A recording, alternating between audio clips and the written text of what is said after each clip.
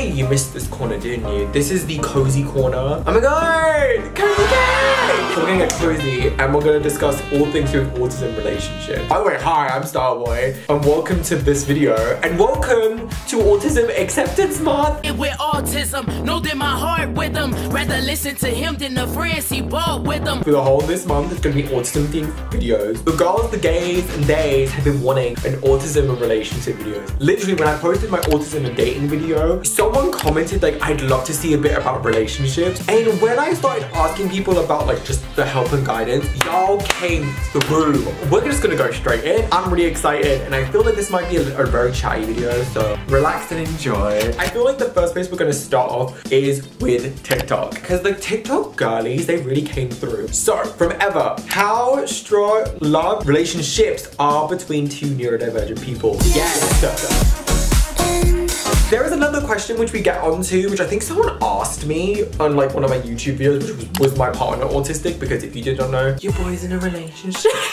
Someone asked me in that video, is your partner autistic? And I said no, he is neurotypical. Of course, that does lead to its own like different challenges and different things that we have to come around because of me being autistic. Not saying that the autism is the challenge, it's just the ways that we cope and we deal with different things are gonna be differently. I have to explain more and have to think more about ways that we can help each other, particularly because when I'm going through like a meltdown or something and I need time alone, he's someone who wants to be very proactive and on it, and I'm someone who needs my time to like breathe, to process what I'm feeling and to breathe because there's so much information going into my head. And I think there are of course things that are very much different struggles, but that doesn't mean being in a relationship with a neurotypical person is bad. Oh my god, no, because he's teaching me a lot about how to be more brave and not as like worried or anxious. He is kind of pushing me outside my own comfort zone, but in a way that stuff I've always wanted to do, and he's kind of encouraging me to do it just by being in this relationship. And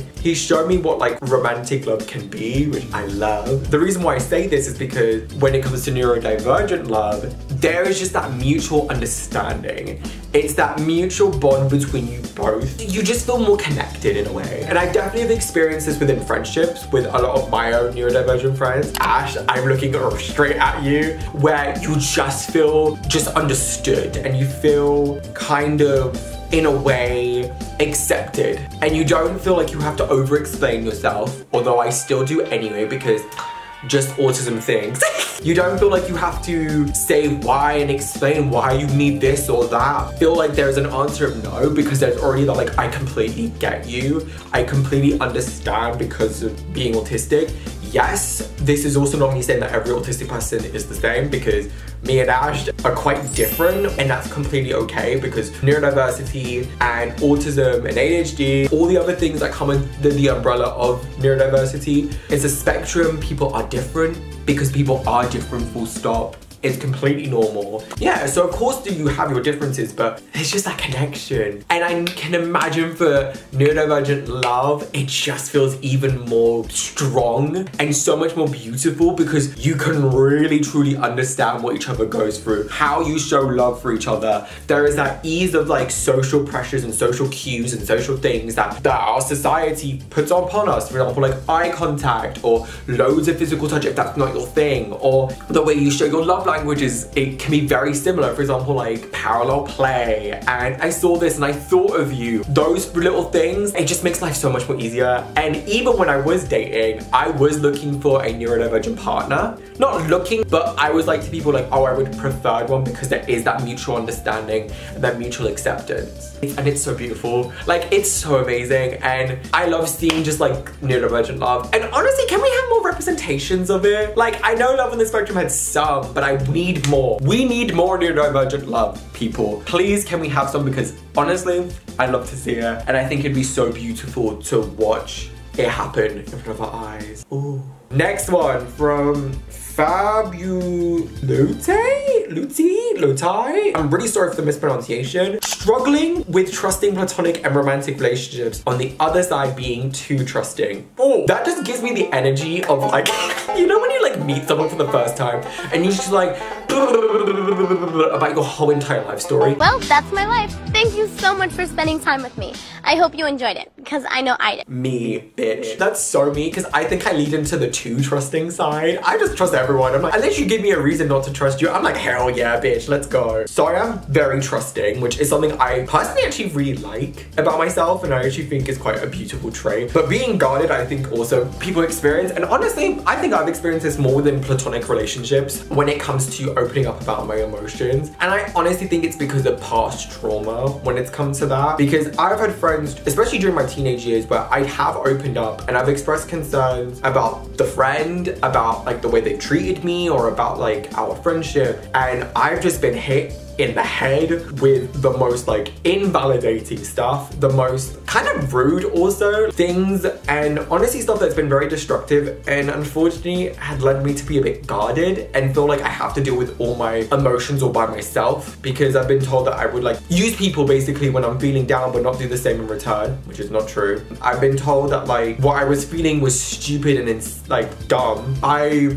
was told also that like what my feelings when it came to a certain situation were not big enough, because that someone gave excuses for their behavior, and because I wasn't tolerating it, that we lost out on that friendship. Actually, I was gonna say all three of those big conflicts, I lost out on those friendships. I maybe was a bit guarded with trusting my friends to talk about certain things and stuff like that. But I have slowly opened up, and I'm still working on it, but I'm opening up and I'm feeling more comfortable, especially in my friendship group, and I just feel so seen and validated. Seriously, I feel so alive, if that's a weird word to say, but like, yeah, alive with them. Like I feel respected for what I feel, no matter what feeling, and I feel like no matter which way I go, whether it's sad or happy, I feel like they love me for me, and that means the world. And truthfully, I think it's something that I do truly appreciate, that I am building that connection back up with them to talk about when I'm feeling sad and being vulnerable and being open, because it's so true. And even with like when my friends have concerns, we talk about it. Even with my partner, we talk about it. If we have concerns or things we want to talk about each other,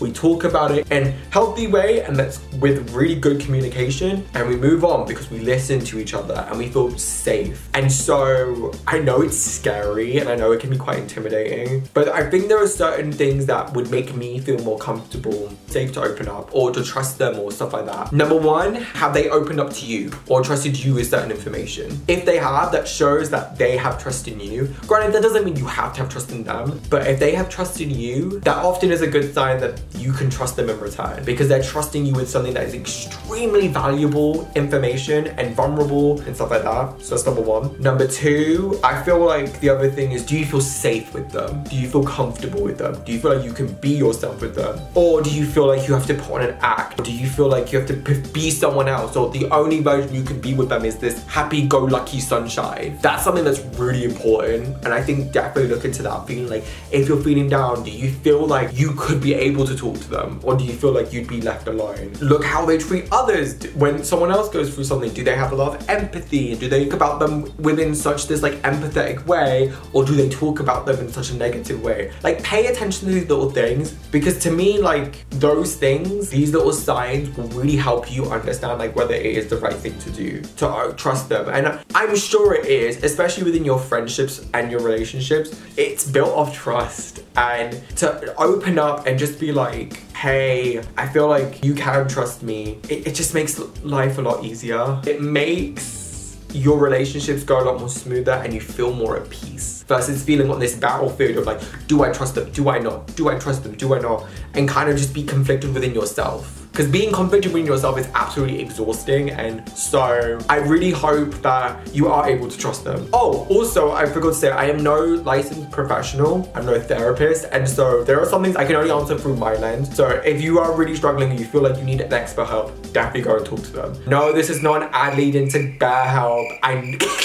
Next question by my hate. There is a big overlap between autism and ARO/ACE identities, which by the way means aromantic and asexual identities. I personally have a hard time connecting with people, family as well, who aren't autistic, even though I grew up with them. There's always a distance between how we perceive the world. In regards to romance, it's hard. Communication should be a given, but it's difficult to find someone who's 100% okay with at least trying to be completely open, despite social norms. People try to beat around the bush, but I always read it as not interested or I don't want to be pushy. Okay, let's go into the first point, which is asexuality, the whole asexual umbrella, and autism, which is very common actually. Like, I think when it came to like autism and pride, and there was loads of statistics about being autistic and the LGBTQ+ community, a lot of things about asexuality came up that there's a big correlation or connection between being asexual and anyone within the asexual umbrella, so whether it's like demisexual, aromantic, demi-romantic and stuff like that, and being autistic, they were quite common within each other. I think that's incredibly important to talk about and to communicate, because asexuality does not get mentioned enough in general. Like, media representation of asexuality is so tiny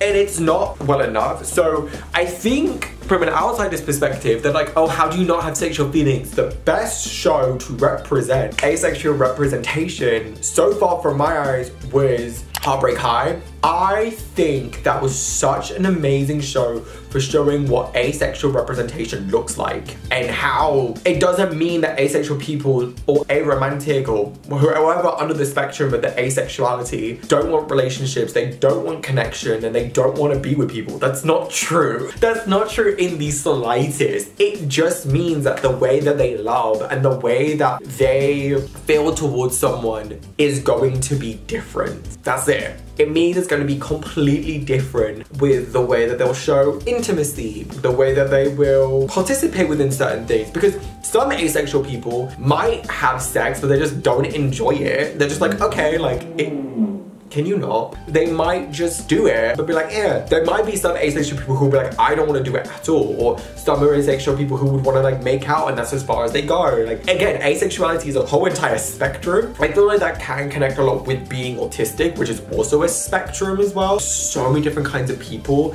and what they want. And I don't know why there's a correlation. So I might have to do a bit more research and get back to you on why there's a correlation. But I think it's something that's completely valid. And I do know a lot of people within being autistic are asexual or aromantic, and I think as we get into relationships and we communicate with them about that, partners or who you want to talk to, they should be wanting to learn more about you. And I do think that comes with that. So like, for example, oh, I'm asexual, so what does that mean for you? What does that mean in terms of like what you feel comfortable, what are your boundaries, stuff like that. Yeah, you can communicate that to them and being like, what does being aromantic or being asexual mean to me? But I think there's just a lot of misconceptions about what it means. I wish that the media showed more representation of asexual people, honestly. And it'd be great to see asexual autistic people as well. But there is a big overlap. But also there's a lot of autistic people who aren't asexual and aromantic, including myself. Sorry guys, I get horny.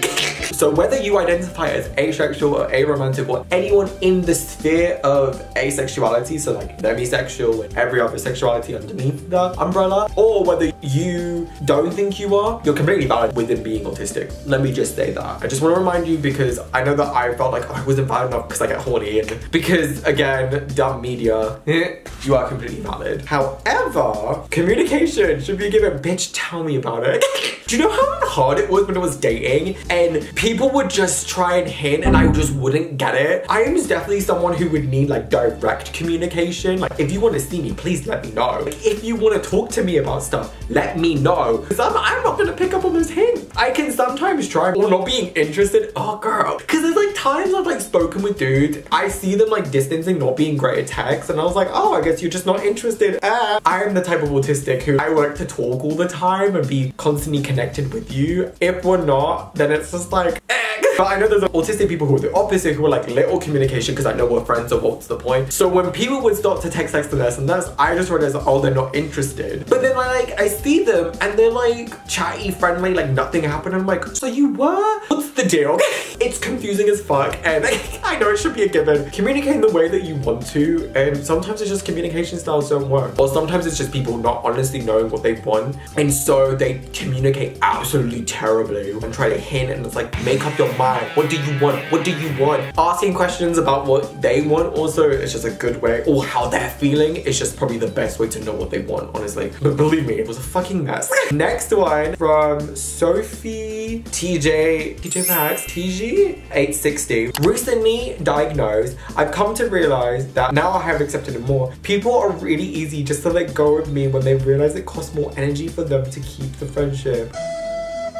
because there's a lot of stigma and stereotypes. I feel like often people have a made-up version of what autism is and then immediately have a worse version of me in their head. But being diagnosed also had good points. Now I'm more okay with being seen as weird because I can't change it. I embrace my communication skills. It gets better. Love the ending, babe. You're on a path of self-acceptance and I'm just here to say, girl, I'm so proud of you. Seriously, it's so annoying. And unfortunately, that is a reality when it comes to being autistic, and you do state that people will drop you because they think of media representation. Actually, there's another question I got, which was from Instagram from my friend Chris Lee.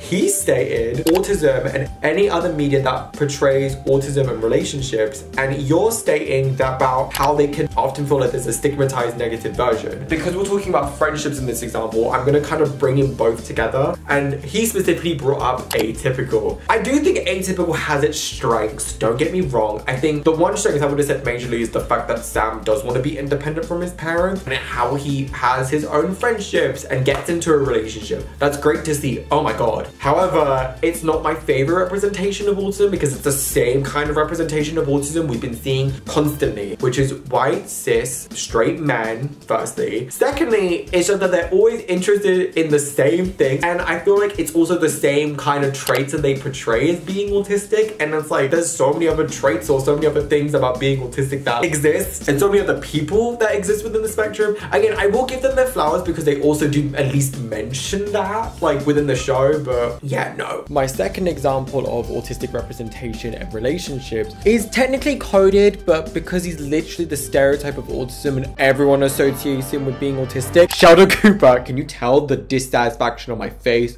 The way that this relationship plays out, unfortunately, is that Sheldon almost is like a child and Amy almost has to act like a mother. Firstly, because Sheldon's utterly annoying, but also it kind of feels like infantilization, if you ask me. A little bit, which kind of also makes me upset because autistic people asking for their needs and their accommodations and things to help them soothe, or them going through like meltdowns and stuff like that, or freaking out when change of routines happen, are not childish. It's just the way our brain works and we need people to help. Again, it's a relationship. There should be two people who are mutually benefiting from this relationship, and a mother-son kind of dynamic or parent-child kind of dynamic in a relationship is personally really weird and feels very much like infantilization, and I do not like that. And I feel like another show that does this particularly is Love on the Spectrum. I already did my review of season 1 and I did not like it because while they're actually autistic people, there are people on the show who are like that in real life. They're completely valid and they're completely human. It's only showing one type of being autistic. It's the exact same story being painted out for the media and how like a neurotypical person has to help and guide autistic people to understand what relationships are, but not in a way that's communicating as if it's adult to adult. It's like child to adult. I know that in the US one, the relationship coach is autistic. Okay, US, I see you. And also what the parents say about it, like, that's a whole nother fucking issue. So it's almost like this infant-like energy. And obviously, when we see that media representation, because media representation is so powerful and can portray what a group of people are like. So of course it creates these stereotypes, of course it creates these stigmas, and of course it creates what people's expectation of being autistic is like. Because then it has that consequence with Sophie's situation where friends and people feel like it's so much more energy to be in a relationship or a friendship with an autistic person. It's literally happened and it sucks. It sucks so much. Oh my god. But to answer your question for a positive representation, two actually. One, I forgot the name, but it's an animated show and it's really fun. It's very good. The character, I think in season 2, says that she's autistic and then is bisexual as well. And also that their relationships are seen as valid and human and they fall in love with a girl and it's so fucking cute. But the second one I could talk about more thoroughly, Heartbreak High. When I tell you, I think this show portrayed autism so well because it made me so uncomfortable because I related so heavily. I was like, ouch. And it shows the reality of what it's like to be autistic in a relationship. How there are things you have to overcome as an autistic person and you have to build confidence for, but it also shows it as a neurotypical person what you have to do. It also shows what a healthy friendship looks like as well. Because their friendship together is the best thing because Darren honestly acts like a best friend. Darren supports Quinny through her highs and her lows. Quinny does the same for Darren, especially as they go through so many different relationship things, oh my god. But Darren is seen more like a support system for Quinny versus being seen as a parent. And I think that's a really important watch. Honestly, really important to watch for neurotypical people to watch how to and how not to treat autistic people within relationships. So honestly, watch it. Also, if you are autistic, also watch it because it's very validating. And I feel like for you, Sophie, it might be a good watch to show what a true friendship is like. Even with the main character starting to be friends with Quinny and Darren, even her coming into this friendship and she's not being like, oh, this is too much energy, I can't deal with it. She's treating Quinny as if she's a human being. And I feel like that might be really validating for you, just to say like, I know what I'm doing is right and I am confident within my decision to leave these people. I'm really proud of you for like accepting that. I know it's gonna be really difficult. Just continue with self-discovery because I feel like you're on a great path. You got this, girl. Next, from, I'm pretty sure this is supposed to say, look who's talking. When it comes to acceptance, I always find it important to point out how everybody accepts autism until they have to deal with my actual autism. It's giving, don't say gay. Because sometimes it's true. I do get what you mean by this because there are some people like that who are like, oh yeah, I accept you, because they think it's one thing or they think it's nothing. But the moment you actually have like a meltdown, let's just say, or something happens, you're like, ugh, you're too much energy. And it's like, that's not how it works. I hate it. It makes me really sad. Sorry, my best tip for this, maybe have a conversation about, in general, what are the ways that people can help you when you are going through a meltdown or a shutdown or whatever. And talk about what being autistic means to you and be open about it. Get into it and probably discuss what it means. If you can, if you feel comfortable to do so, I definitely say that. Be honest about it. Talk about how it feels sometimes. Listen to how they respond. Because if they try and push past it or make it about themselves or be like, yeah, okay, so ignore it or anything like that, they say they might accept you, but they're not going to. But if they're the opposite, be like, okay, so how can we help? If they're asking questions about your autism, if they're actually being like, okay, so what are the ways that you find that helps you? What are the things that like you feel like are essential to you? And they just want to get to know you. I feel like that's a really good sign. Because it might also just be that they just don't know what to do. And so they kind of get flustered. But definitely communicate what is being autistic to you. And if they ask, or even if you say, what are the expectations you have and the support that you need for when you're going through these certain things. It really does help, and it really does helps them, unless they are being a dick. Then, by the way, boy, bye. Bye. It is frustrating though, and it really can be draining and annoying. My god. I think I've definitely had people that are like, yeah, we accept you, and then the moment I'm going through something, they just look at me like this. Or that they treat you differently because you had to say an accommodation. Oh my god, I had that working, it sucked. So definitely just communicate. And if you notice any treatment better, talk about it with them. Next thing from Vaughn, how the internet has been a godsend for autistic people to finding both romantic and platonic relationships. I feel like it has made life so much more easier. Let me tell you, because I feel like the internet, it has its cons, like don't get me wrong, like texting communication, that's a whole nother thing. However, I honestly think it has been so good for actually finding brilliant and authentic relationships in my life and friendships. It seriously has been. Oh my god, like I know I have met so many people online romantically. Yep, my boyfriend.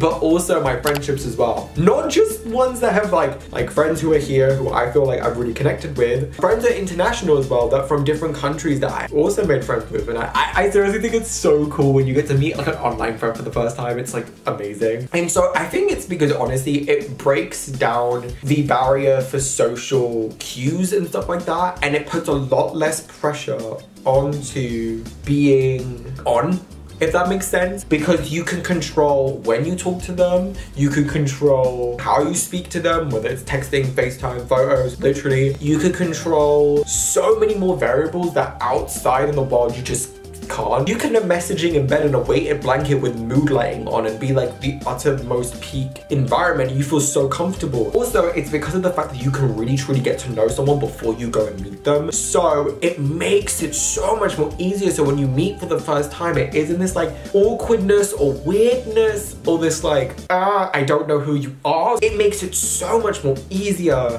to break down those barriers. You get me? And seriously, I'm like so appreciative of all the connections I've made online. People people I have met from online and people I haven't yet met but want to. I'm so grateful for both because they are both amazing and they honestly make me feel really good. So to any of my online friends or friends I've met online, love you. And to my boyfriend, you know I love you. I don't even need to try.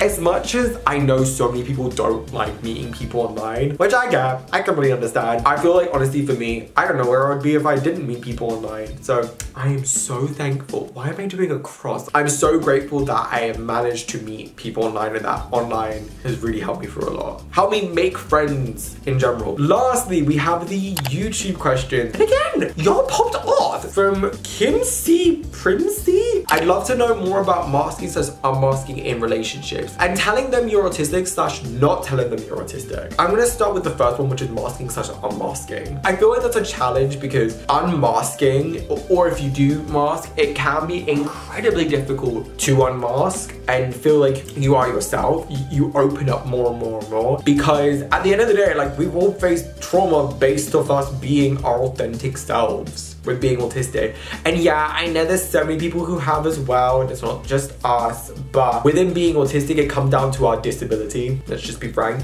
It comes down to who we are. So it feels like we have to mask in order to protect ourselves. And that sucks. When I tell you that sucks so much, that we feel like we have to protect ourselves from the world because the world does not accept disabilities, it fully sucks. There's definitely more of a serious side to this, don't get me wrong, but just within terms of this, it really does make me really sad. And so I think when it comes to masking and unmasking, it can be really difficult. I know that there's still some things that I'm trying to like evaluate within myself about masking and unmasking, but I feel like I've got really good relationships, like my friendships and my romantic relationship where I can unmask and it feels good. And I do notice, I'm being completely frank and honest, where moments I start to mask back up because I feel a bit of insecurity and because, not with them, with myself, where I feel like I have to be this like picture perfect version of me that's not autistic but really is autistic, and I feel like I can't be my authentic self. However, that's not fair to me. And I noticed when I did that, I think I did that a couple of weeks ago, where I felt like really like stuck, where I was like, oh my god, I feel like I have to be someone I'm not for like a day or two. And it's like, wait, hang on a moment, why? You don't have to, like, just be you. And so I remember when I was on my FaceTime with Quincy, because we're long distance, and so we were on FaceTime, and I literally was like, being like, oh wow, what do I talk about? What do I talk about? What do I talk about? And then I literally just asked him, hey babe, is it okay if I info dump to you about something? And he was like, yeah, of course. Like, even that made me feel so good. It's that little bit of reassurance that I needed, that like, hey babe, you're good. You're all good being yourself. And you just sometimes need that reassurance. Like, hey, your autistic self is fabulous. And that's the thing, is like, being autistic, there are so many good traits about it. When we do unmask, we do have intense emotions.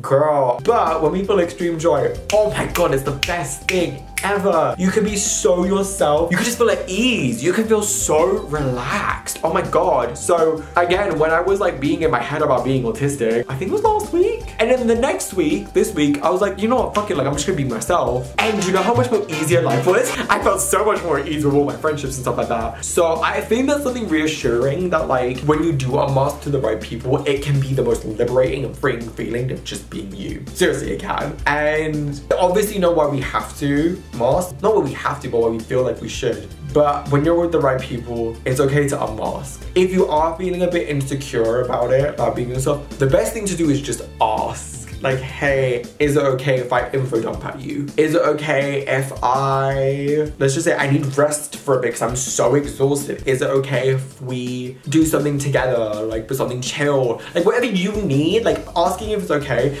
Because 95%, like everyone's gonna be like, yeah, sure. No one's gonna be like, well, actually, no. It's that perfect reassurance that you need to feel comfortable within yourself in order to unmask. I didn't get around to answering your second question, which is about telling them whether they are or not autistic, but I do answer it in my autism and dating video, so you might want to go and check that out and then come back to this video if you want that question answered. Next one, Clifford. I'd love to know how to recognize flirting. Girl, me too. I mirror people when I'm out socially, so people tell me I'm flirting, but I literally have no clue I'm doing it. Bitch, this is me. This was me. This still is me.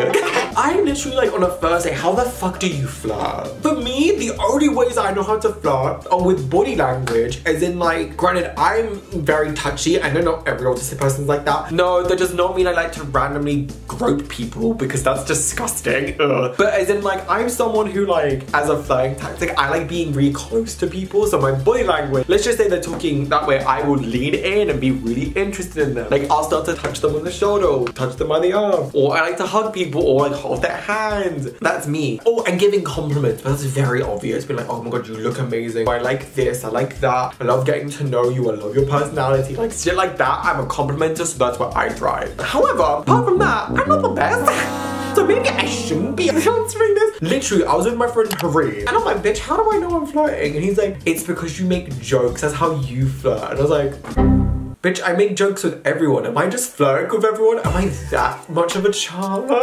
I still have no idea. I've gotten better with my boyfriend. It does come off a bit corny. Just, it's so fun. So the ways I know how to flirt, outside of just complimenting and like your body language being really close to them. Number one, competitive flirting. So if you go crazy golf and you're kind of being like, I'm gonna beat you. Like, I love it. So when you're like being competitive and a bit cheeky, not overly competitive, being like, if I don't win, I'm gonna hit you in the head with my club.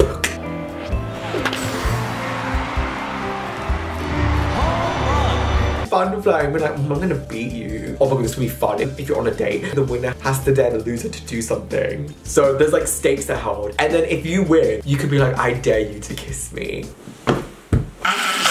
But that's so hot. I think competitive flirting is my other favorite way. Also, it's just really fun. It's so much fun. Oh, being really interested in people. To me, that's flirty. The problem is it comes down to a lot of contact, which is so annoying. Because I was talking with my friend about this. He was like, oh, I think this guy's flirting with me. The way he was like describing their interactions together, a lot of the stuff was like, oh, I want to get to know you. I love getting to know you. I love your personality. I want to know more about you. Tell me about you. That really keen investment into you and your personality and your interest, to me, is flirting. I don't know if it actually is flirting, so but it feels flirty to me because it does not feel like, oh my god, we're just gonna have like a fun time. It feels like you want to get to know that person fully, and it feels like you want to understand them and want to be connected with them. So of course it comes down to flirty. Yeah, I don't know.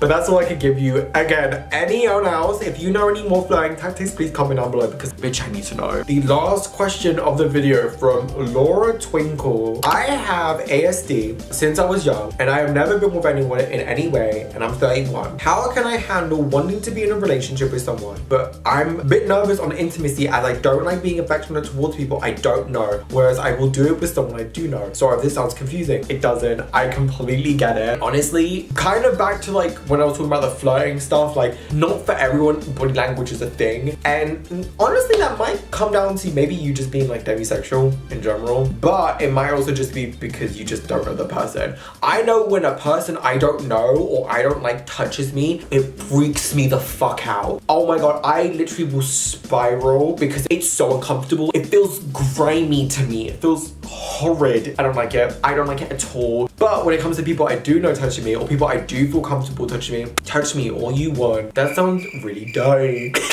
I completely understand. It's really hard, especially when you don't know someone and they're wanting to be intimate in that way and you're like, nope. I feel like there are certain things to do that might honestly help you out, at least in certain ways. One, stating your boundaries, honestly. That might really help. Be like, hey, I just want to let you know before going into this, like, we're on a date or whatever, that I'm just not personally into like physical touch that much, or that's just not my love language at the moment. It's more when I get so comfortable with someone, I would want to be more intimate with someone. Just at the moment, it's not really. I think that's completely fine, and I think someone would understand that because so many people who are neurotypical love language is not physical touch. So if a neurotypical person can say that, why can't we? You can also maybe get to know them first a bit more. It depends. If you want to do the online, which is where I think this personally helps, you can talk to them online, dating apps, and really get to know them before meeting them in person. I am not saying that like when you meet them, you're gonna want to touch them and be like very intimate, like kissing and hugging and all that stuff. Like, I don't think you're gonna wanna do that, but it might make you feel a little bit more comfortable meeting them for the first time, because that way you can understand what your level of comfort is when you see them, because you kind of know about them from the information online. Even if you FaceTime them, for example, like, it really does help. However, I think if you meet someone in person, yeah, it might take a bit more time to get to know them. Just be completely honest and open about your boundaries when it comes to that. I think it's completely normal to have like boundaries when it comes to like, hey, physical touch is not my thing and I need to really get to know you before we become intimate. And there's also other ways of being intimate that isn't just sex or making out or being naked. Being intimate can also be hand holding. Being intimate can be hugging. Being intimate can be being close to each other. Being intimate can be kissing each other. So you can build yourself up to get to that intimacy slowly but gradually. And let's just say on the first day you just want to hold hands. That's completely okay. And also, people have had dates where they really enjoyed it and they just haven't kissed on the first date and they've gone on more dates. So whatever you're going through, just know that, like, take your time. Do not feel like you have to rush because of a guy. Don't rush because of anyone in general. Like, you should be able to want to take your relationship at your own pace, because remember, dating is a two-person thing. It's not a one-person. So talk about your boundaries and talk about what you would feel comfortable in terms of intimacy with, because also I think they would really respect you, or at least I do, when talking about sexual stuff, being like, this is what I like, this is what I don't like. They will completely understand. I just wish you the best of luck when it comes to finding a partner. That has been enough of me being the relationship guru. I just really enjoyed this video because I love talking about stuff like that. And honestly, I feel like within our autism community, we don't talk about stuff like this more often. Despite being a huge part of our life, we don't talk about it as much. So before we go, before I do my outro, I want you to comment down a couple of things. One, if you found this video fun or helpful. Two, if you have any more relationship questions, because I'm always curious and love it. And three, whether you'd want me to do a video about autism and intimacy/sex. Because honestly, that's another thing I feel like we don't talk about within the community. Granted, it is probably because of social media being like demonetized, but it's also something that I feel like I honestly had to learn a lot about by myself, and it felt very intimidating. But if you'd want to hear about that, comment down below, because I'd love to film that video. And yeah, I hope you have a good rest of your day and hope you have a great Autism Acceptance Month. Be sure to subscribe and like the video and hit the notification bell so you know in 2 weeks time when I get the next video ready for you. I shall see you guys very, very soon. Love y'all. Bye!